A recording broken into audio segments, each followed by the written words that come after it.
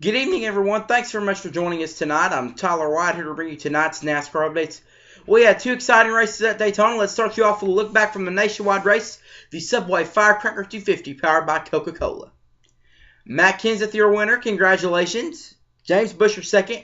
Elliott Sadler, third. Kurt Busch, fourth. Austin Dillon, fifth. Kyle Larson, sixth. Sam Hornish, seventh. Regan Smith, 8th, Joey Logano, 9th, and Trevor Bayne, 10th. I said this last week. I'm going to say it again this week. Cup guys should not be banned from running the nationwide or truck races. They should just be limited, about 1 or 2 races a year. I know it's good practice for them, and it's a lot of fun. But truck and nationwide guys are there. The truck and nationwide series, they're there for guys to prove themselves that they can make it big in our sport. So limit the amount of races for the Cup guys to run Truck and Nationwide Series, and let's see more of the young talent, and let's see how much they can prove to us that they can make it big. Looking at the Nationwide Series points, Regan Smith, the points leader. Sam Hornish, second. Elliott Sadler, third. Justin Allgaier, fourth. Austin Dillon, fifth. Kyle Larson, sixth. Brian Vickers, seventh. Parker Kligerman, eighth.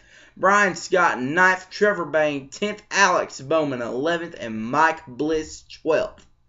Now, if Regan Smith can have another good points day in New Hampshire like he did at Daytona, he'll be fine. He'll be able to extend that points lead, and I think he'll be able to win the championship from right there. So, that's my bold prediction on Regan Smith. History was made at the Coke 0400 at Daytona, powered by Coca-Cola.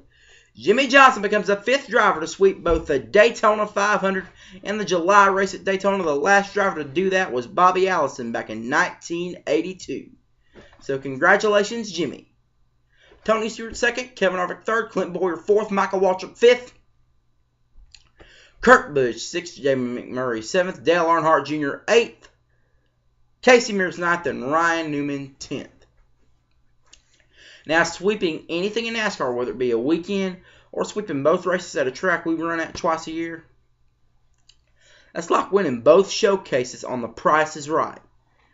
Bob Barker's all excited for you. You win both showcases. You're excited. The audience are excited. The models get excited. They congratulate you, show you around what you won.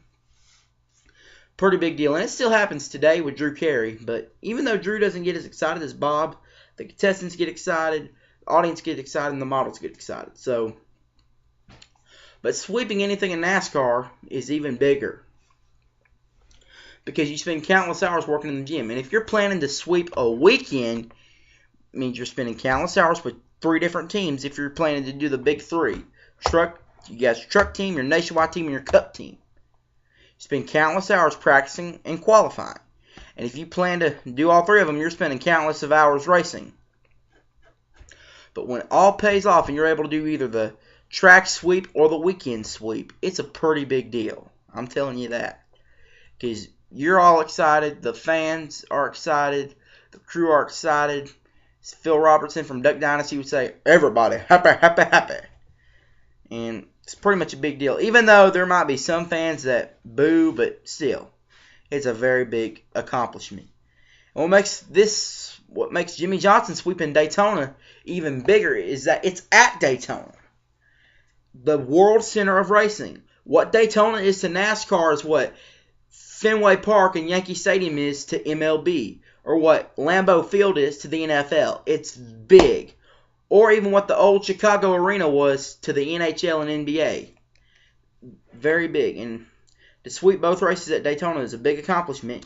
And in my opinion, the 3 biggest tracks to sweep anything at, whether it be a weekend sweep or a track sweep, Daytona, Talladega, and Bristol. Because Daytona and Talladega are restrictor plates.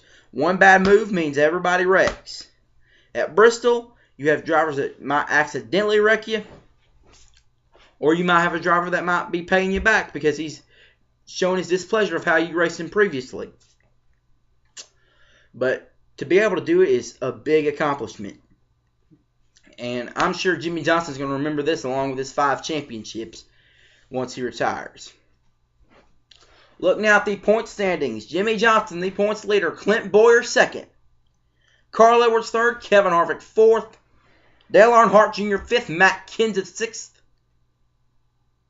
Kyle Busch 7th, Greg Biffle 8th, Kurt Busch 9th, Tony Stewart 10th, Martin Truex 11th, and Casey Kane 12th. If anybody's going to stop Jimmie Johnson this year, they need to start making a run on him now. Everybody saw what Brad Keselowski did to beat Jimmie Johnson last year. He did it in his own way by winning a few races and trying to beat Jimmie Johnson. But if he couldn't do neither of those, at least get a top 10 finish. At Martinsville, Brad Keselowski started back of the pack. Everyone says he's out of the chase, but moves up, finishes in the top 10, finished 8th, even though Jimmie Johnson won. Still proved himself that he could beat him. At Texas, the following week, raced Jimmie Johnson really hard that night. However, Jimmie Johnson won, Brad Keselowski finished 2nd. Then we all knew it was going to come down between those two. So, go to Phoenix first. Jimmie Johnson wrecks.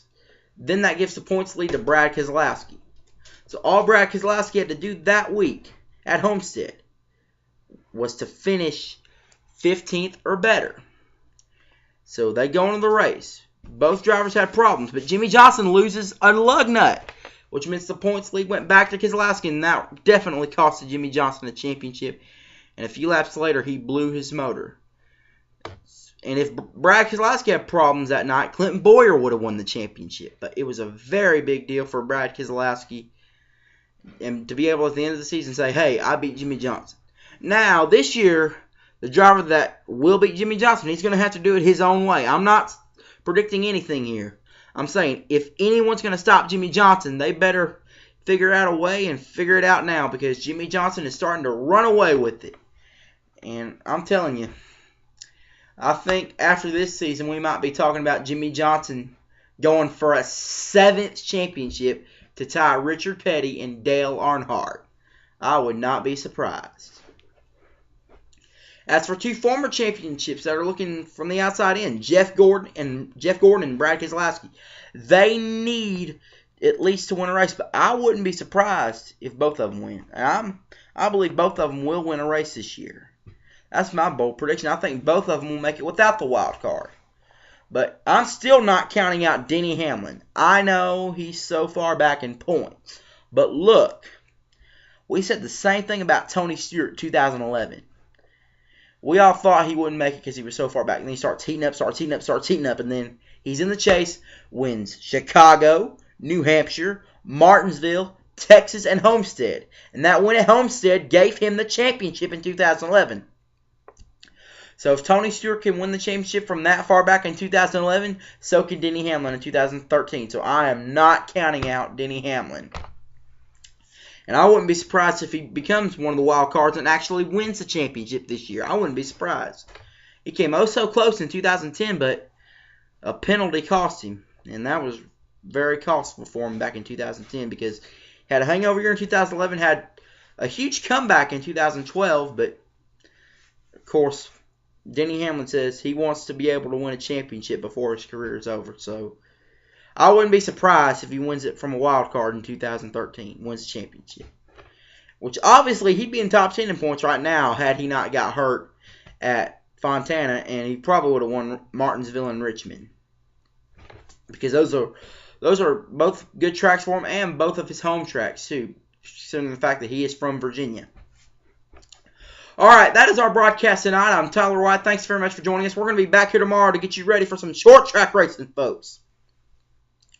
We start with Double Duty Saturday. We got the Nationwide Series at New Hampshire Saturday afternoon, the Truck Series at Iowa Saturday night, and the Cup Series are at New Hampshire Sunday afternoon. And we're going to get you ready for it. We got weather forecasts, show you what you can expect. Plus, we'll take a look back from 2007 at New Hampshire, the July race. Plus, we'll look out for the latest new developments, what's going on in NASCAR. We're working on a top story that we're going to bring to you tomorrow. Until then, I'm Tyler White reminding you, for you to do unto others, you would have them do unto you. Have a great night, everyone.